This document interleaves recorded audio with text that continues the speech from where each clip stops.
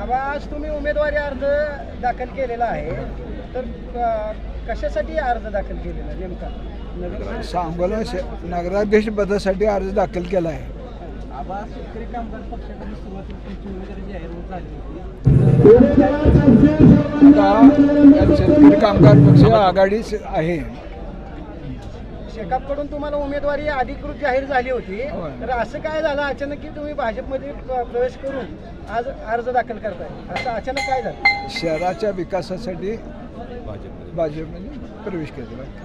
शेकाप कार्यकर्ते कोण दिसत? हां शेकाप कार्यकर्त्यांसोबत आहे बघा, आहे. आहेत. सुरेश माळे आहेत. तुमचं 5 वर्षाचं पुढचं विजन काय असणार आहे? 5 वर्षानं वय होते त्यानंतर कशा विकास केली म्हणजे आता भाजप पक्षासोबत शेकाप पक्ष राहणार का?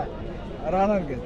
काय ठरलंय का तसं? नाही नाही, ऐकून का नगरपालिकेपुरतं तर ठरलेलंच आहे. नगरपालिकेपुरतं ठरलं. पण आबा, तुम्ही शेतकरी कामगार पक्षाच्या बैठकीत ज्यावेळेला तुमच्या उमेदवारीची घोषणा केली त्यावेळेस तुम्ही नको म्हणला होता, घरच्यांचा विचार करून सांगतो म्हणला होता. बरोबर आहे मग की? ह्याचा अर्थ असा आहे की तुमचा भाजप प्रवेश निश्चित झाला होता म्हणून तुम्ही तिकडून नको म्हणला होता. असं काही नाही. आणि ऐकून घ्या, त्यांनी मला बाकीच्या गोष्टी तयार झाल्यानंतर शेतकरी कामगार पक्ष ह्याच्यावर परत तयार झाले.